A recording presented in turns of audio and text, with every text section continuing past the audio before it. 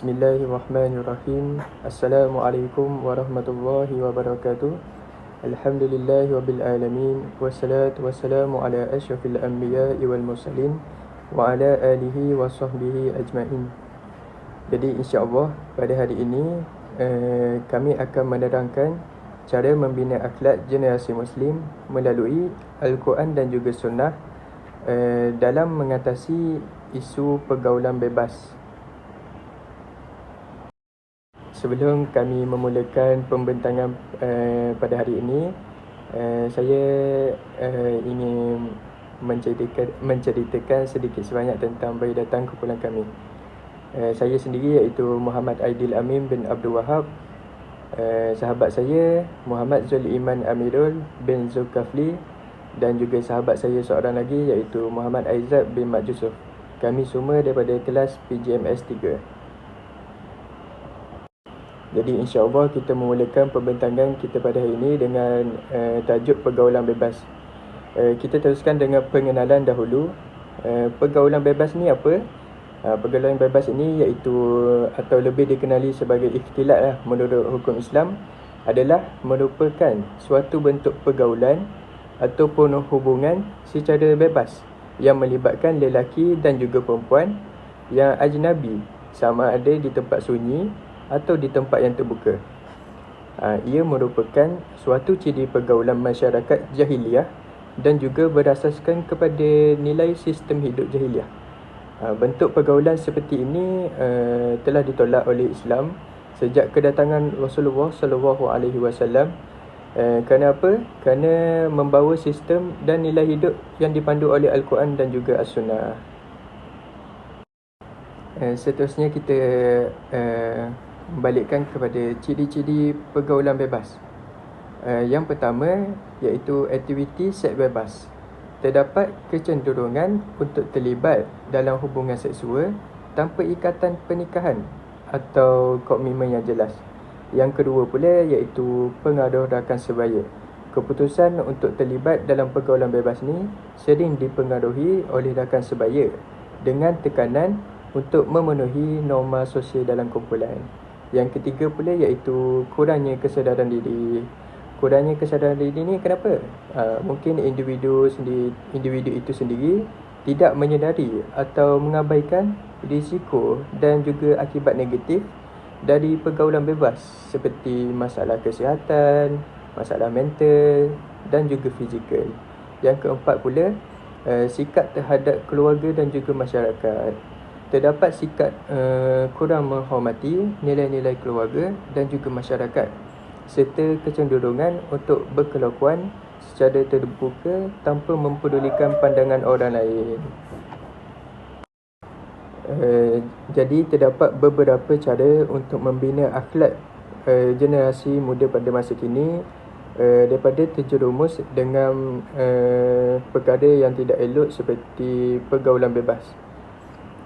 Yang pertama, mengajarkan kepentingan menjaga akhlak, iaitu akhlak yang mulia. Dalam Islam sendiri sangat menekankan pentingnya menjaga akhlak dalam kehidupan seharian. Di dalam Al-Quran, Allah Subhanahu Wa Taala berfirman dalam surah Al-Qalam ayat yang ke-68. A'udzu billahi minasyaitonir rajim. Wa innaka ala khulqin azim. Yang bermaksud, dan bahawa sesungguhnya engkau mempunyai akhlak yang mulia. Jadi surah ini ataupun ayat ini menunjukkan bahawa akhlak yang baik adalah sebahagian daripada tugas utama umat Islam. Rasulullah SAW juga bersabda, aku diutuskan untuk menyempurnakan akhlak yang mulia. Jadi riwayat Al-Hakim. Jadi generasi muda perlu diajar untuk memahami bahawa menjaga akhlak yang baik adalah asas dalam kehidupan berlandaskan syariat Islam, yang termasuklah menjaga batas-batas pergaulan bebas antara lelaki dan juga perempuan. Yang kedua iaitu menekankan kepentingan menjaga pandangan, ataupun dalam bahasa Arab disebut sebagai dad al-basar. Salah satu langkah utama dalam mengatasi pergaulan bebas ialah mengawal pandangan Dalam Al-Quran, Allah Subhanahu wa Ta'ala berfirman di dalam surah An-Nur ayat yang ke-30. A'udzu billahi minasyaitonir rajim. Kullil mu'minina yaruddu min absarihim wa yahfazu furujahum zalika azka lahum innallaha khabirum bima yasnaun. Yang bermaksud, katakanlah kepada orang-orang yang beriman supaya mereka menundukkan pandangan mereka dan juga memelihara kemaluan mereka. Yang demikian itu lebih suci bagi mereka. Sesungguhnya Allah Maha mengetahui apa yang mereka buat. Surah An-Nur ayat yang ke-30. Rasulullah SAW juga menekankan perkara yang sama dalam hadis yang berbunyi, janganlah engkau melihat kepada aurat seseorang dan janganlah engkau membuka auratmu kepada orang lain kecuali mereka yang dibenarkan oleh syariat. Riwayat Muslim. Jadi generasi Muslim ini perlu diajar untuk menundukkan pandangan dan menjauhkan diri mereka daripada melihat perkara-perkara yang tidak sepatutnya sebagai langkah awal untuk mengelakkan pergaulan bebas. Yang ketiga pula iaitu mengawal pergaulan lelaki dan juga perempuan ataupun disebut sebagai ikhtilat. Islam mengatur pergaulan antara lelaki dan juga perempuan dengan ketat untuk memastikan hubungan yang tidak menimbulkan fitnah. Dalam surah Al-Ahzab, Allah Subhanahu wa Ta'ala berfirman pada ayat yang ke-59, A'udzu billahi minasyaitonir rajim. Ya ayyuhan nabiyyu qul li azwajika wa banatika wa nisa'il mu'minin yadnina 'alayhinna min jalabibihin zalika adna an yu'rafna fala yu'zain wa kana Allahu ghafurar rahima. Sadaqallahul azim. Yang bermaksud, dan katakanlah kepada perempuan yang beriman supaya mereka menundukkan pandangan mereka dan memelihara kemaluan mereka, dan janganlah mereka memperlihatkan perhiasannya kecuali yang biasa nampak daripadanya. Surah Al-Ahzab ayat yang ke-59. Rasulullah SAW juga menekankan batasan pergaulan. Janganlah seseorang lelaki bersendirian dengan seorang wanita. Kerana apa? Kerana yang ketiganya adalah syaitan. Riwayat Al-Bukhari. Jadi bagi mengatasi isu pergaulan bebas ini, pendidikan tentang pergaulan yang halal, di mana pergaulan antara lelaki dan juga perempuan dibatasi dengan aturan syarak, perlu diberikan perhatian yang secukupnya. Jadi insya-Allah kita teruskan sesi perbentangan kita pada hari ini dengan sahabat saya pula. Assalamualaikum warahmatullahi wabarakatuh. Saya akan meneruskan poin yang seterusnya, iaitu poin yang keempat, mendidik tentang aurat dan etika berpakaian. Islam menetapkan batas aurat untuk lelaki dan wanita. Dalam surah An-Nur, Allah SAW menyuruh orang beriman untuk menutup aurat mereka. A'udzu billahi minasyaitonir rajim. Wa kullil mu'minati ya'dudna min absarihinna wa yahfazna furujahunna wa la yubdina zinatahunna illa ma zahara minha wal yadribna bihumurihinna ala juyubihinna. Maksudnya, dan hendaklah mereka menutupkan kain tudung ke dada mereka dan janganlah memperlihatkan perhiasan mereka kecuali yang biasa nampak daripadanya. Maksud dia macam kita punya suami ke, macam mahram kita lah, suami, adik-beradik, ibu bapa. Rasulullah SAW juga memberi petunjuk bahawa pakaian yang menutup aurat adalah tanda penghambaan kepada Allah dan penghormatan terhadap maruah diri. Melalui didikan yang betul mengenai aurat dan berpakaian secara sederhana, generasi Muslim dapat diajar untuk menjaga harga diri dan mengekang pergaulan bebas. Okay, itu adalah poin yang keempat. Okay, seterusnya kita masuk poin yang kelima, iaitu menerapkan kehidupan berdasarkan takwa. Pendidikan takwa yang merujuk kepada kesedaran dan takut kepada Allah sangat penting dalam membina akhlak generasi muda. Dalam Al-Quran, Allah Subhanahu Wa Taala berfirman, Ya ayyuhallazina amanu taqullaha wa qulu qawlan sadida. Wahai orang-orang yang beriman, bertakwalah kepada Allah dan katakanlah perkataan yang benar. Surah Al-Ahzab ayat 70. Rasulullah SAW mengingatkan umat Islam untuk selalu menjaga takwa dalam setiap tindakan. Dengan mendalami dan mengamalkan nilai takwa, generasi muda akan lebih mudah menghindari godaan dan kesilapan dalam pergaulan. Okey, jadi Rasulullah SAW menyuruh kita untuk sentiasa bertakwa dalam setiap tindakan kita yang kita buat. Okey, seterusnya kita masuk isi yang keenam, iaitu memberikan teladan melalui pemimpin dan ibu bapa. Ibu bapa dan pendidik memainkan peranan penting dalam mendidik anak-anak berdasarkan Al-Quran dan As-Sunnah. Rasulullah SAW bersabda, setiap kalian adalah pemimpin dan setiap kalian bertanggungjawab terhadap yang dipimpinnya. Riwayat Bukhari dan Muslim. Ibu bapa perlu memberi contoh yang baik dalam pergaulan dan perlakuan sehari-hari. Mereka harus mendidik anak-anak dengan nilai-nilai yang berlandaskan Al-Quran dan As-Sunnah, serta menunjukkan bagaimana seharusnya pergaulan yang sesuai dengan syariat Islam. Maksudnya kita ibu bapa ni perlulah memberi contoh yang baik lah untuk anak-anak, untuk menunjukkan contoh yang baik lah. Okey, seterusnya kita masuk isi yang ketujuh, iaitu memperkenalkan program pendidikan agama dan motivasi. Untuk mengatasi masalah pergaulan bebas, program pendidikan agama yang memberi penekanan kepada nilai-nilai Islam perlu dilaksanakan di sekolah, institusi pengajian dan masyarakat.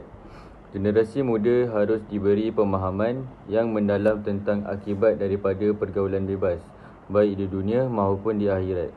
Dengan membina kesedaran tentang tanggungjawab agama, mereka lebih mampu mengawal diri daripada melakukan pergaulan bebas.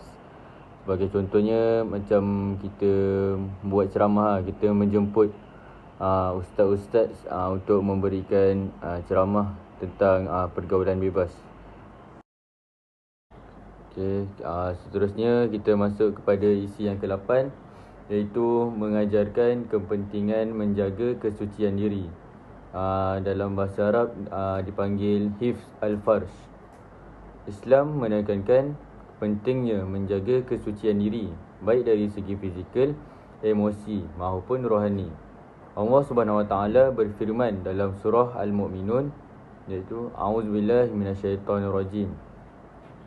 Wallazina hum li furujihim hafizun illa ala azwajihim aw ma malakat aymanuhum fa innahum ghairul malumin.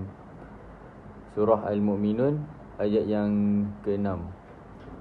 Okey, maksudnya, dan orang-orang yang menjaga kemaluan mereka kecuali terhadap isteri-isteri mereka atau hamba sahaya yang mereka miliki, maka sesungguhnya mereka tidak tercela. Okey, itu adalah isi yang ke-8. Okey, lepas tu kita masuk kepada isi yang ke-9, iaitu kita memperkenalkan konsep Al-Haya.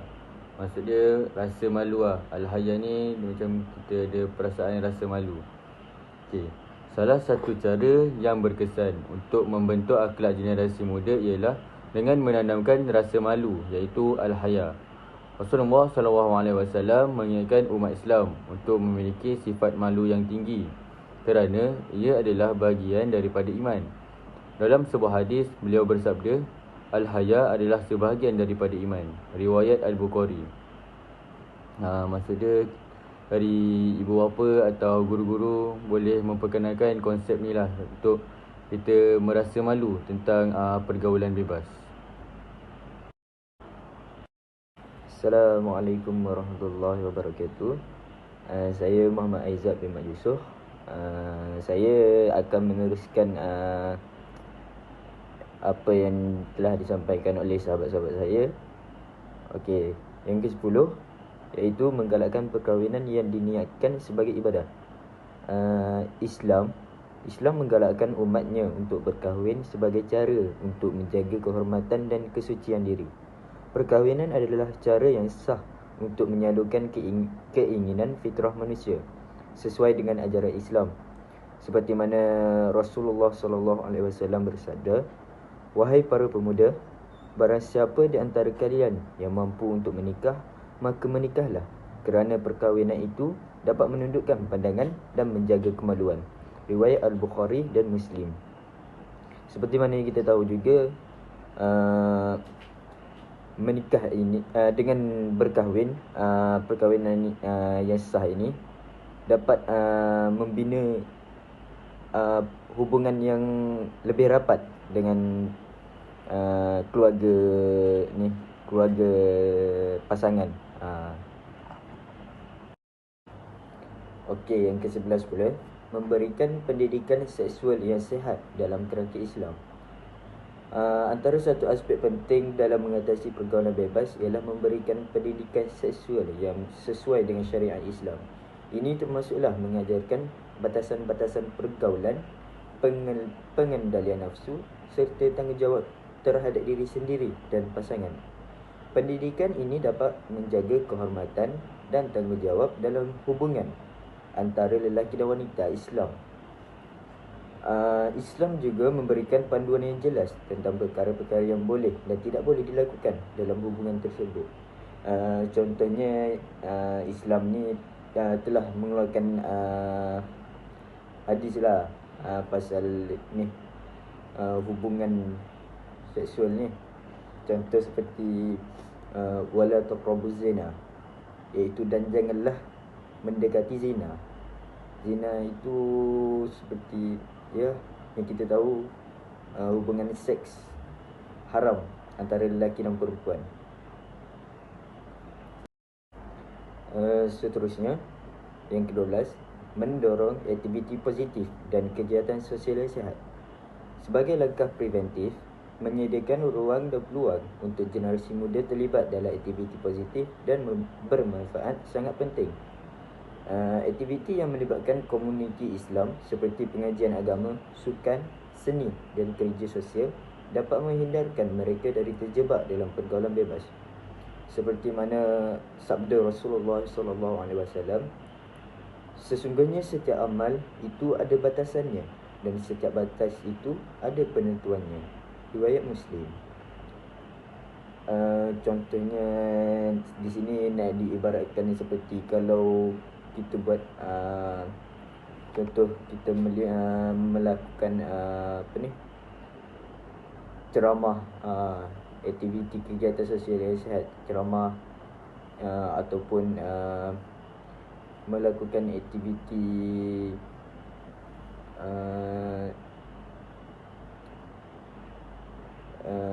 ukhuwah antara satu sama lain, tapi kena ada batas antara lelaki dan perempuan. Yang ke-13 pula, mendekatkan mereka dengan masjid dan surau. Masjid adalah tempat yang sangat penting dalam pembentukan akhlak umat Islam. Rasulullah SAW sentiasa mendorong umatnya untuk mendekatkan diri dengan rumah Allah. Dalam sebuah hadis, Rasulullah SAW bersabda, "Sesungguhnya tempat yang paling disukai oleh Allah di muka bumi adalah masjid-masjid." Kenapa Rasulullah berkata sedemikian? Hal ini kerana masjid-masjid ni adalah rumah Allah. Sebab itulah Rasulullah berkata bahawa tempat yang paling disukai oleh Allah di muka bumi ini adalah masjid. Okey, yang ke-14, menggunakan pendekatan dakwah yang mempengaruhi hati mereka. Dalam usaha mendidik generasi muda, dakwah yang berkesan tidak hanya bergantung pada pengajaran teorikal, tetapi juga melibatkan pendekatan yang dapat menyentuh hati mereka. Dakwah yang dilakukan dengan penuh kasih sayang dan hikmah dapat membantu mereka memahami mengapa pergaulan bebas adalah berbahaya dan bertentangan dengan nilai-nilai Islam.